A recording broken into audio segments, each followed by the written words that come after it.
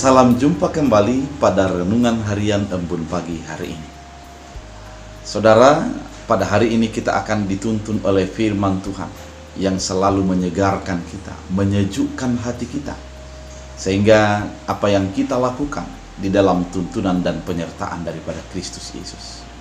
Oleh karena itu, dalam memulai hari ini, mari kita mulai dengan berdoa. Kita bersatu dalam doa. Damai sejahtera Allah yang melampaui segala akal dan pikiran, itulah yang memelihara hati dan pikiran dalam Kristus Yesus Tuhan. Amin. Saudara terkasih, firman Tuhan hari ini diambil dari Yohanes 12 ayat 47. Dalam bahasa Batak Angkola dikatakan, "Sanga ise nama nangihon pangajaratku, tapi nada diihutkan ia, nada au na manghumisa, ake nada nagiot manghumi portibion umbay naroaw, tapi nagiot paluahon."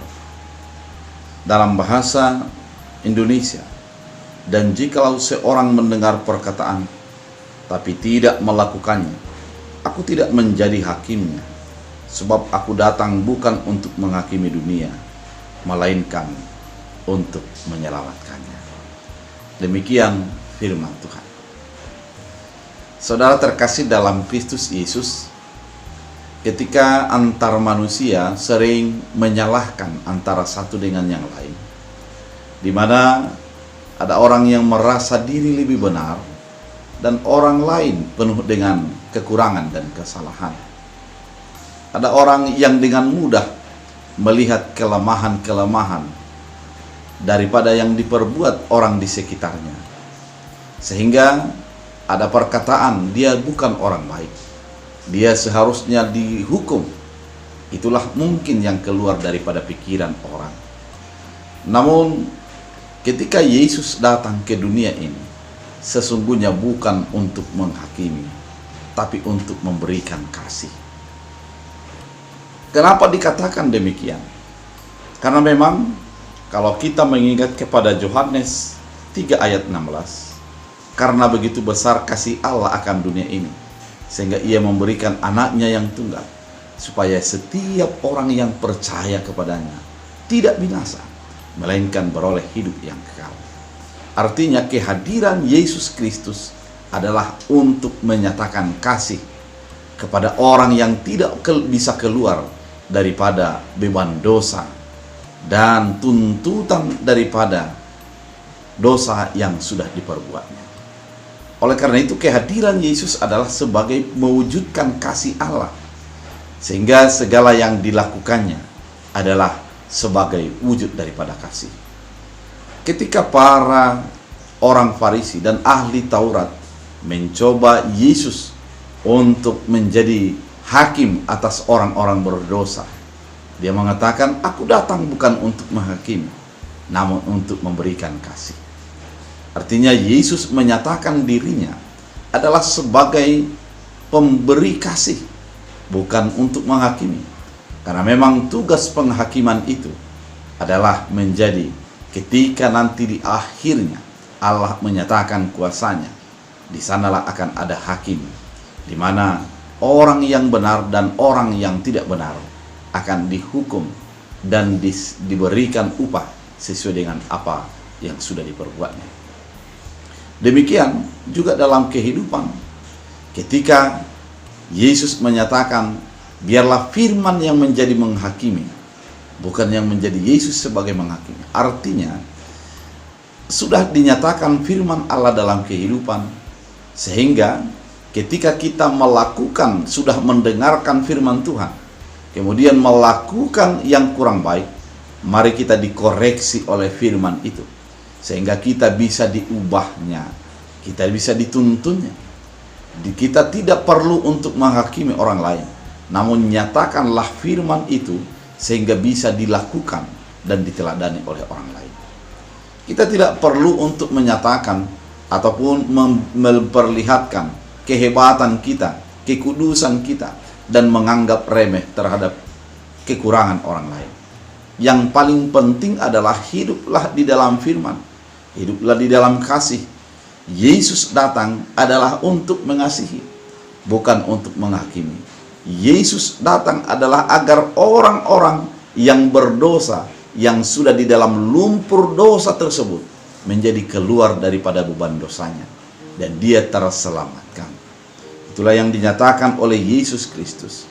Oleh karena itu, sebagai orang pengikut Yesus Kristus, mari hilangkan dari diri kita untuk menghakimi, untuk menganggap orang lain itu adalah orang berdosa, sedangkan kita adalah orang yang kudus. Jadi, kehidupan kita sesungguhnya adalah hidup sesuai dengan firman, dan biarlah firman itu yang akan menuntun kita. Kemudian, hidup sebagai orang yang menyatakan kasih, karena memang Kristus terlebih dahulu sudah mengasihi kita.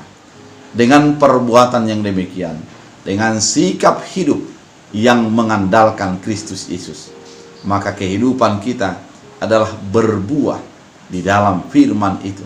Karena sangat jelas dikatakan bahwa orang benar kelihatan dari buahnya. Mari pancarkan buah-buah kasih. Mari pancarkan buah-buah kebaikan yang datangnya daripada Kristus Yesus. Penghakiman adalah hak Allah, dan biarlah Tuhan yang menghakimi, bukan menjadi kita menganggap diri lebih hebat daripada orang lain, menganggap diri sebagai orang yang lebih kudus daripada orang lain.